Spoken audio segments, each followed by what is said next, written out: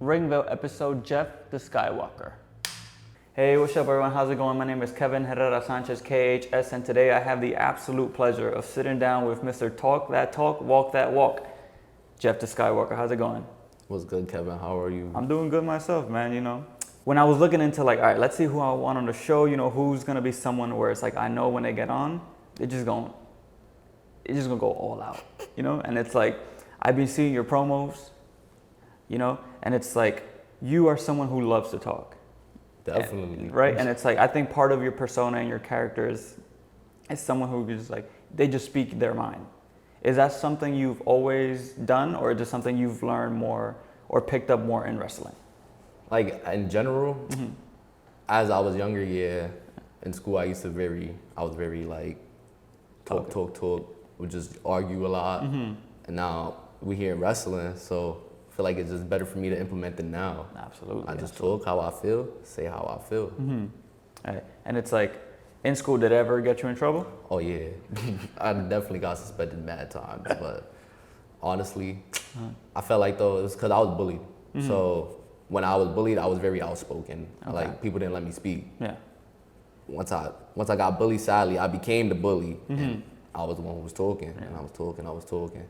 And now I don't regret it, but it taught me a lot now. And now I just know how to use my words properly and talk that talk. No, for sure. And it's like, it's an interesting thing where it's like, if you talk a bunch in school, you get in trouble. But if you talk a bunch in wrestling, it's like something that kind of helps. Definitely. It's like, how have you been speaking your mind helped you in a sense of maybe getting under people's skin, or kind of annoying people in a certain way? Definitely.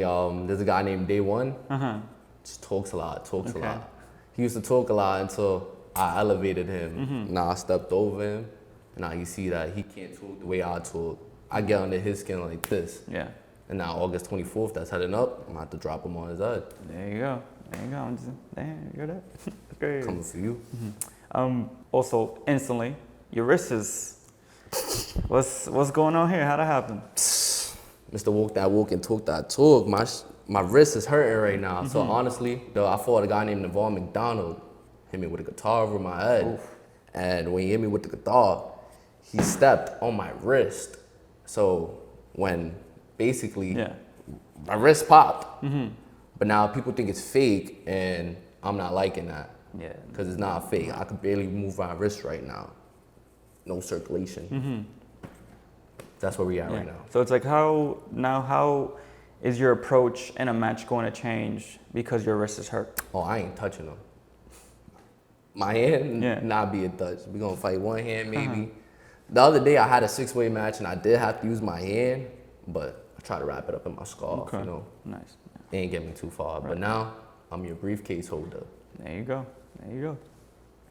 Where did the name Skywalker come from? That was funny. You want the truth? All right. So, I don't watch Star Wars. Nerds, who watch Star Wars, that's for geeks, not me. I don't know who Luke Skywalker is. I'm the Skywalker. You're the Skywalker. I'm elevated. But basically, you ever watched Timmy, what's it called? Fairy Odd Parents? Yeah. Chip Skylark. His name is Chip Skylark. I like his character. I kind of take from it. Okay. And I always wanted to be like a luchador wrestler. I always find one of my inspirations, Will Ospreay. He's elevated. He does a lot of flippy. Skywalker fit perfect to me. I never thought I would hear that. Chip Skylark. Yeah, that's my guy right there. And Will Ospreay, that's your And I try to not take from Will Ospreay because that's the goal, but I try to implement a little bit of what he do, and I watch a lot of Fairy Odd Parents on my personal time. So I try to shiny teeth. My shiny teeth. I try to make the crowd pop. If they don't, oh well. That sounds a banger. That's a fact. Yeah. That was definitely in a rotation for a bit. Yeah. Nah, I'm not gonna lie. Or Icky Vicky. Yeah. Other than that, then that's one of the reasons why. But not Star Wars. No. And no interest in watching it. Nah. I don't find it attracting. Like I said, I think it's for nerds. My dad grew up on it. Boo. Old, boring man. I'm good. I don't want to watch that. Yeah, it's you're not trying to be like your pops. Nah. He already bored. I said I got the hair. I'm good. I'm trying to stay away from that. So, So when was your introduction to wrestling? From what I remember, I've been watching wrestling since I was like 5. And my first real match that I remember watching was a couple years later. It's my favorite match of all time, but it's Shawn Michaels versus Undertaker. WrestleMania, don't remember, but it's the second match. 26. Yeah, when he 26, retired, right? yeah, I cried. You crying? Yeah, and that's what motivated me, like, yo, like. Oh, this is what you want to do. This is what I was like, yo, like when I was younger, my dad is one of the, he told me like, boo, like that's not something you could chase, it's impossible. And that set me back a lot. Look where I'm at now though. Right. But that's really one of the reasons why. And like, that got me into wrestling. Like I just mentioned the company Newburgh, Underground Wrestling.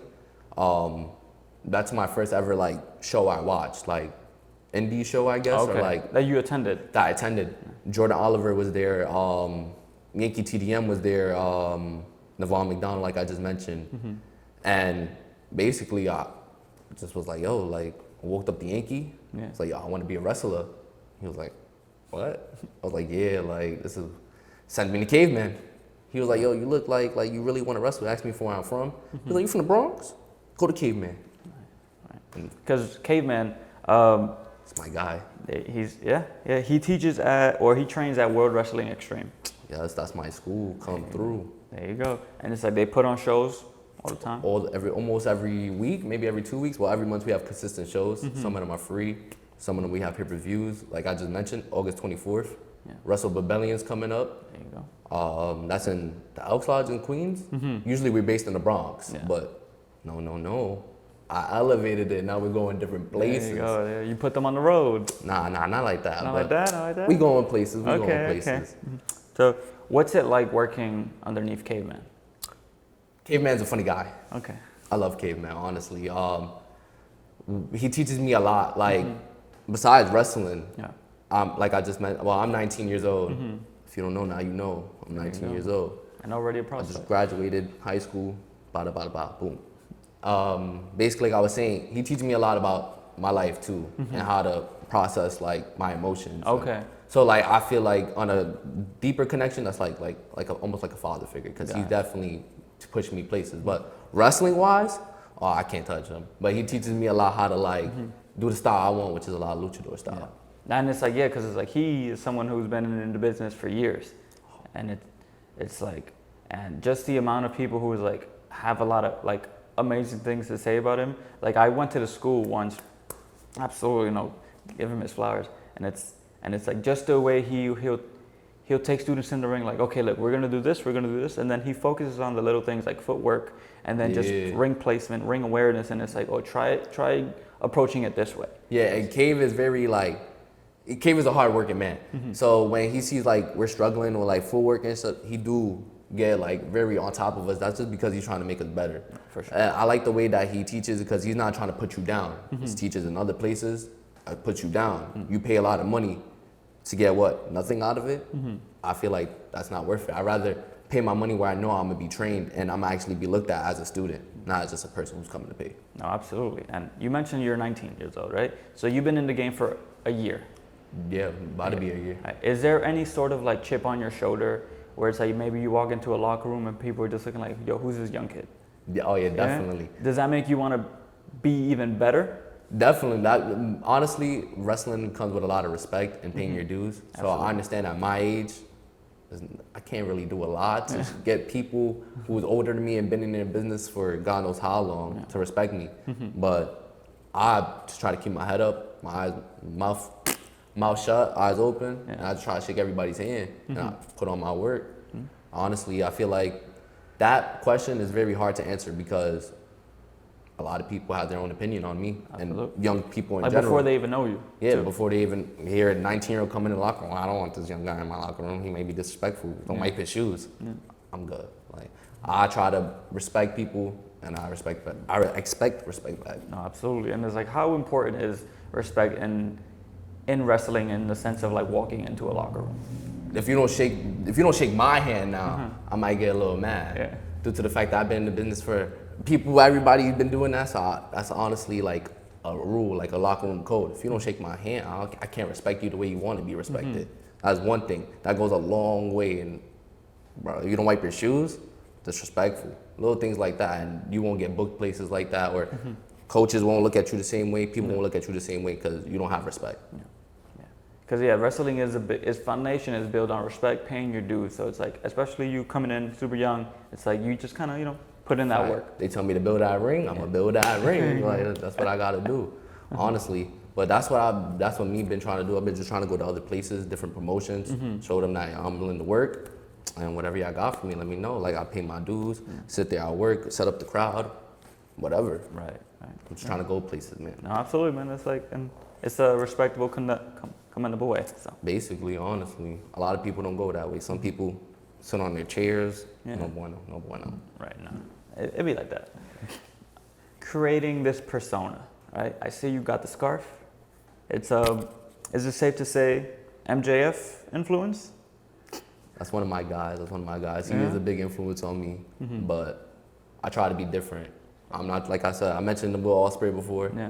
Trying to be different. No. MJF, I'm trying to be different. But it's just taking a bit of inspiration from... Like I said, I pull from everybody. So if you watch my wrestling, my style is a little bit of everything. I try to implement some luchador style, try to implement some American style, Japanese style, whatever I see that catches my attention. MJF catches my attention. Why? He's a brick. That's me. I feel it in my bones when he talk. So why not be an elevated person? For sure. What is it about MJF that really stands out to you? You could talk. A lot of people can't talk. In this business, you gotta learn how to talk. Absolutely. And what it is too, when Twitter always they say you can't wrestle, puts on a banger. Hey, it gets my attention. As long as you get my attention, I can sit there in the seat. That's all that matters. Like, do you break down his promos on what he says? Yeah, definitely. That's one of the guys I study. I study a lot of Shawn Michaels, one of my favorite wrestlers, probably my favorite wrestler of all time. Same. Randy Orton, with RKO. I love the way he talk. When he gets out the camera, looks in the camera, I feel the promo. If I can't feel the promo, I don't really. It don't connect with you. Yeah, it don't reciprocate the same way. Yeah. So that's really my opinion on that. So where did you come to kind of form this style of luchadors? Were you inspired by luchadors as well, growing up? I was a big Rey Mysterio fan. Big Rey Mysterio fan? Yeah. I say a luchador style wrestling because I like the athletic, the acrobat style of it. But I like to tell stories. So if you can mix both, it's perfect. It goes a long way. What are some of your favorite stories in wrestling? When Shawn Michaels betrayed, he turned heel, hit Bret Hart with the super kick. That's one of my favorite stories, even though it wasn't building.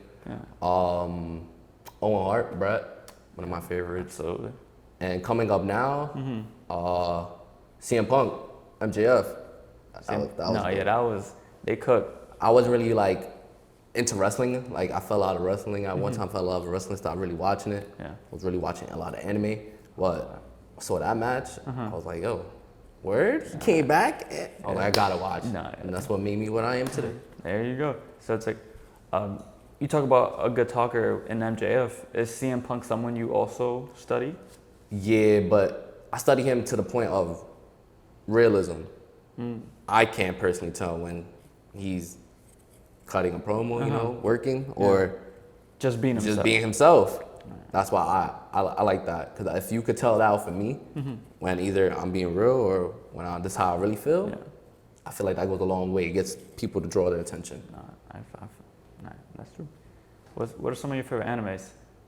Favorite animes? You ever watch 7 Deadly Sins? I'm not gonna hold you. I'm not a big anime person. It's my fault. He's losing me, guys. Look, you should watch. You like stories? Oh yeah, for sure. 7 Deadly Sins. 7 Deadly Sins? Based off mythology and stuff. Okay. Dragon Ball Z, of course. I mean, I know the basics, right? The big ones Dragon Ball Z, Naruto. It's But I used to watch that. I grew up one of my brothers, anime fanatic. Used to sit there and grow up with him, you geek, you nerd. But he put me on to a lot of anime. So now it's not geeky or nerdy shit no more. That superhero stuff, all that extra. Yeah. Star Wars, that's nerdy. But you know, if you like anime, that's cool. That's cool? I rock with anime, so I approve of it. I approve of There that. you go. You heard it here. Like, we don't fuck with that superhero shit. Yeah, we could curse. I ain't know that. Yeah, but I don't fuck with that. No, superhero yeah, you guys know it. I ain't know that. Nigga, Young Glory. My glorious brothers, we gonna eat. Absolutely. And who's in it? We consist of the Brazilian prodigy, Johnny Reed, the difference maker, Yankee TDM, our muscle man. We have Clark Williams, and you haven't really seen it yet, but Max Capacity, it's our glorious brother. He on the low key right now. He eating different places, but that's soon to be. Soon to be. So it's like, how did that group come to be? Honestly, they're Yankee and Johnny and Clark, they travel together a lot because they're from Newburgh, like I was mentioning. I was really influenced by like their characters are kind of from like they look like Bronx people to me. Yeah.